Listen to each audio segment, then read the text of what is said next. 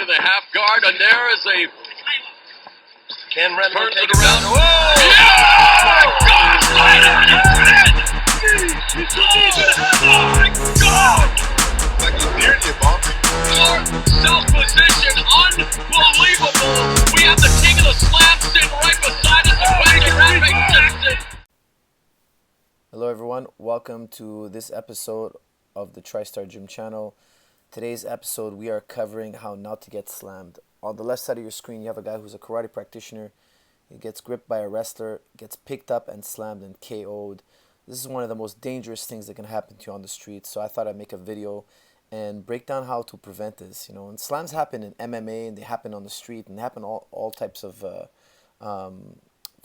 fighting, but it's one of the most dangerous things because hitting your head on the canvas or on the cement, you know, if this was cement right now, Fedor would probably be going to the hospital and he'd be staying there for a long time. It's a very dangerous attack. Okay, so this is one of my students, Xavier. He's a 240 plus pounds beast of a man, and I told him, hey, why don't you try slamming me? And here's him warming up here. He's showing you what he can do on the dummy, and he's going to try to do this to me. And it might sound exciting, but really, if you know the techniques, how to prevent a slam from happening, how to stop a bigger man from slamming you, it's quite simple and very, very easy to do.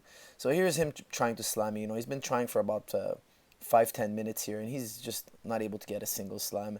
And the techniques that I'm using here to defend are quite simple, and we're gonna be seeing them in this video.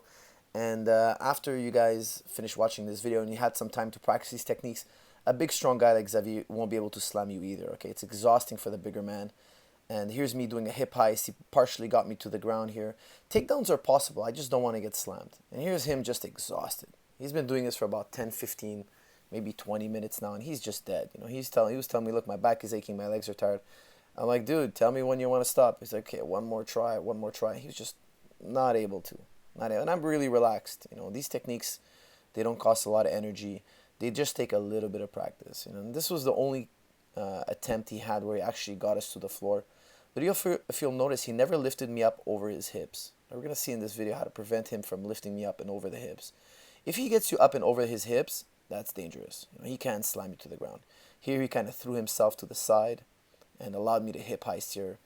We have to remember that a waist lock is not a seat belt, so for him to take the back is going to be extremely hard. I just did a nice little hip heist and got all over. Okay, so here's the first technique. Okay, so watch here. I'm grabbing my legs with his legs. More on that later. Notice my left hand is on his thigh, and the most important thing of all, my head is coming forward. You know, you got to lean your body weight forward. Notice this angle here. Very important stuff.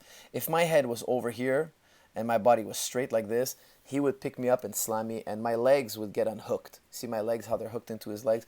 He would just rip those up right out of his legs. Okay, so number one, lean forward, put all your weight forward, use your hands on the thighs and knees, and wrap those legs around his legs. So you're going to see that it's going to put a tremendous amount of pressure on his legs. You know, he's going to be trying to lift me, and it's just all my body weight dropping on his hands. You can notice his grips here working overtime. And look at this right here. This is really important. Always block his thighs or block his knees, okay, depending how tall he is. I don't want him trying to put a hook in and trying to take my back. Okay, so that's why my hands are there. And I'm going to give you guys a closer look now at what my legs are doing here. See how my legs just grip right into his legs. Okay, sometimes I wrap both my legs on one of his legs, and sometimes I put one leg on each leg. Do it the way you're comfortable. Notice in the video I do it one leg onto each leg. That's just what felt right for me at the moment. Here's him trying to lift me. I want to show you a good little visual of the grip. Now normally I'd be leaning over even further here, but I was a little bit more upright just so I can give you a good view of the hands. Look at his hands. They're working overtime. I mean, he cannot hold me like this for a long, long time. I'm dropping all my body weight on him. So eventually his grip is going to tire and break. And now once I start breaking his grip, watch what I'm going to do here. Remember, his grip is going to fade. It's going to get tired. So look, I'm going to bust a lock, step forward, put his hand in my back pocket, and turn right into a takedown. Okay, I'm going to turn right into a double leg. Make sure, for details on the double leg, make sure to check out my video, The Way of Toquinho. It's an excellent video and shows the double leg in there. So watch here. As my opponent starts to try to grip me again, watch what I do here. This is what we call busting the lock. Okay, real important stuff here. Watch this. My hip moves forward. Okay, I took a step forward, so my foot was here. I stepped forward, and you can see now that I move forward. Why am I doing this? Well, look at the length of his arms here. You know, if my hips were here, if they stayed here, he can potentially wrap up my hips. But now that my hip line is all the way here, his arms cannot reach this far and lock. They cannot lock this far. Okay, so it's very important that I move my hips forward. And now notice my lead leg is pointing in this direction. Then that's the direction, if my toes on my lead leg are pointing towards the right, that's the direction I'm going to go. Notice what I'm going to do with his hands. I'm grabbing him at the fingers so he cannot relock his hands. And now watch, I'm going to start putting his hand in my back pocket. Look at that. See that little motion here?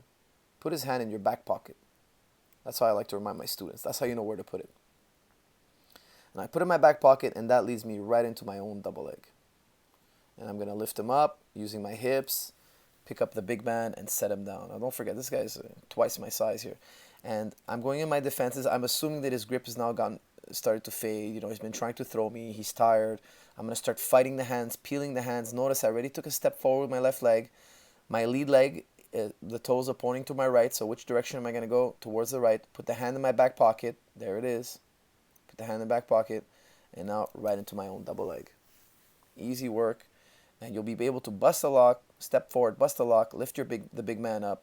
Use your hips to get the lift with the double leg. Now here's a beautiful demonstration of this. Tito Ortiz, a classic fight, fights Frank Shamrock. And here's Tito, gets to the back. He's the much bigger man here. He's going to go for a lift. Now watch what Frank does here to prevent the slam. Here comes the lift. Notice what's going on here. He's using his hooks. See how he's hooking his legs. This time Frank opted for a 2-on-1. Okay, 2 legs on 1 leg.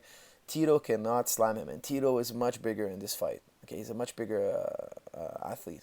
And he wasn't able to lift him up and slam him on his head, but he does still get the takedown. You know, takedowns do happen. Takedowns is another subject that we'll cover in future videos. But definitely you want to avoid the slam. Now here's a quick little reminder of what a slam can do. You know, it could break your neck, it could give you a concussion, it could kill you. So be really sure to learn this technique and prevent the slam at all costs. Alright guys, that wraps up another episode. I really hope you guys enjoyed that. Be sure to like, share, and subscribe, and mostly subscribe. And we are going to be taking this show to another level. We're going to be doing striking, wrestling, self-defense, conditioning, everything you need to know to defend yourself and stay in shape. Hope you guys enjoyed that, and I'll see you in the next episode.